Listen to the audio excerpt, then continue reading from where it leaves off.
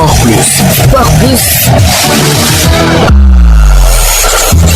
Bonjour et bienvenue dans votre rubrique sportive Sport Plus. Nous démarrons par la 7e journée des éliminatoires de la Coupe du Monde 2026 à la veille du match contre le Soudan. Le sélectionneur des Lions du Sénégal, Pape Thiaw, a tenu une conférence de presse d'avant-match. Il a répondu à quelques questions des journalistes interpellés sur l'adversaire qui leur avait tenu en échec lors des phases allées. Pape Thiaw rassure son public. Les joueurs sont déterminés à encore être dans cette Coupe du Monde, surtout pour le faire pour leur peuple. On sait qu'on joue contre le Soudan, une belle équipe qui a ses armes, qui a gardé cette première place pendant longtemps. Donc c'est un concurrent vraiment important. Donc nous, ce qu'on doit faire, c'est déjà gagner ce match à domicile avant de penser à l'autre. Rappelons que le match est prévu aujourd'hui à partir de 19h au stade Abdoulaye Wade de Diamniadio. À l'instar de son homologue, le sélectionneur du Soudan, James Kwasi Appiah, s'est présenté en conférence de presse d'avant-match lui aussi. Il a évoqué le contexte difficile que traverse sa sélection et compte faire valoir les moyens dont il dispose avec ses hommes ce vendredi face aux Lions du Sénégal. James Appiah considère que son équipe fera face à l'une des meilleures sélections de l'Afrique, mais les crocodiles du Nil feront le maximum pour contrer les plans des Lions. Pour rappel, le Sénégal avait été tenu en échec par les crocodiles du Nil lors du match aller en mars dernier en Libye 0 but partout. Ce vendredi à 19h au stade Maître Abdoulaye Wade de Diamniadio, les Lions tenteront d'éviter le piège du Soudan pour rester dans la course à la qualification au Mondial 2026. Parlons toujours des qualifications de la Coupe du Monde 2026 qui se poursuivent. Dans le groupe A, la Sierra Leone et la Guinée-Bissau se sont quittés hier sur un match nul 1 but partout. Les deux équipes voient la qualification s'éloigner. Dans le groupe D, en revanche, le Cap-Vert a dominé l'île Maurice 2 buts à 0 et conserve ses 1 point d'avance sur le Cameroun qui a battu l'Eswatini sur la marque de 3 buts à 0. Le dernier match de ce groupe a vu la Libye dominer l'Angola 0-1. C'est d'ailleurs la première victoire de l'entraîneur Aliou Cissé sur le banc libyen. Situé à 5 points du Cap-Vert, les Libyens conservent un ultime espoir de qualification. Dans le groupe H, la Guinée équatoriale reste en vie avec sa victoire 3-2 contre Sao Tomé et Principe après avoir pourtant été mené 2 buts à 0. Enfin, dans le groupe I, Madagascar revient à 3 points du leader le Ghana après son succès 2-0 contre la Centrafrique qui est d'ailleurs éliminé. Le Ghana avec ses stars a été tenu en échec par le Tchad 1 but partout avec une égalisation tchadienne à la 89e minute. Jordan Ayew a ouvert le score à la 17e minute sur une passe de Mohamed Kudus tandis que le Tchad a égalisé à la 89e minute. Le Tchad a profité de ce nul pour obtenir son premier point du tournoi. Le Ghana reste tout de même premier du groupe I avec 16 points. Madagascar deuxième 13 points fort de sa victoire face à Centrafrique 2 buts à 0. L'Algérie enchaîne opposée hier soir au Botswana n'a pas vécu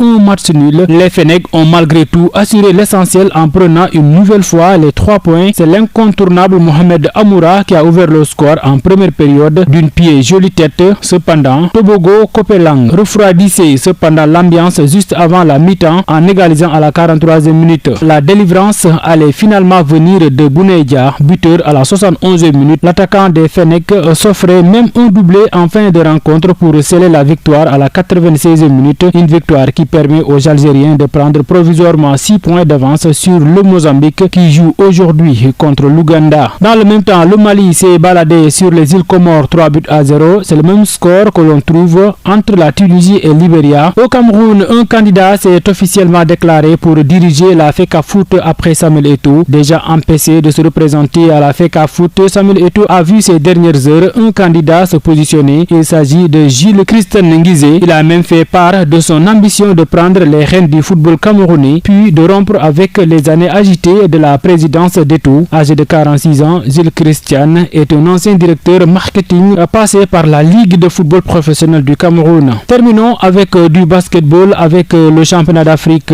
des moins de 16 ans. Selon la Fédération libérienne de football, 4 joueurs du Libéria et 5 joueurs du Mali ont été disqualifiés suite au test IRM. L'équipe libérienne de basket risque une disqualification pour l'Afrobasket U16 2025. la délégation libérienne de basketball au championnat d'Afrique U16 FIBA 2025 à Kigali a confirmé que 4 joueurs sur 12 ont été disqualifiés du tournoi. Cette disqualification fait suite aux résultats d'examen IRM effectués par la FIBA Afrique avant le début de la compétition. L'équipe malienne a également été affectée avec 5 joueurs sur 12 qualifiés, ce qui ne laisse que 7 joueurs disponibles pour les Maliens. FIBA Afrique a souligné que seuls les joueurs de moins de 16 ans sont éligibles pour cette édition du tournoi. Tout joueur considéré comme étant à la limite d'âge ne sera pas autorisé à jouer afin de garantir l'équité et l'intégrité de la compétition. C'est tout pour aujourd'hui dans Sport Plus. Merci de l'avoir suivi. Rendez-vous demain pour un autre numéro.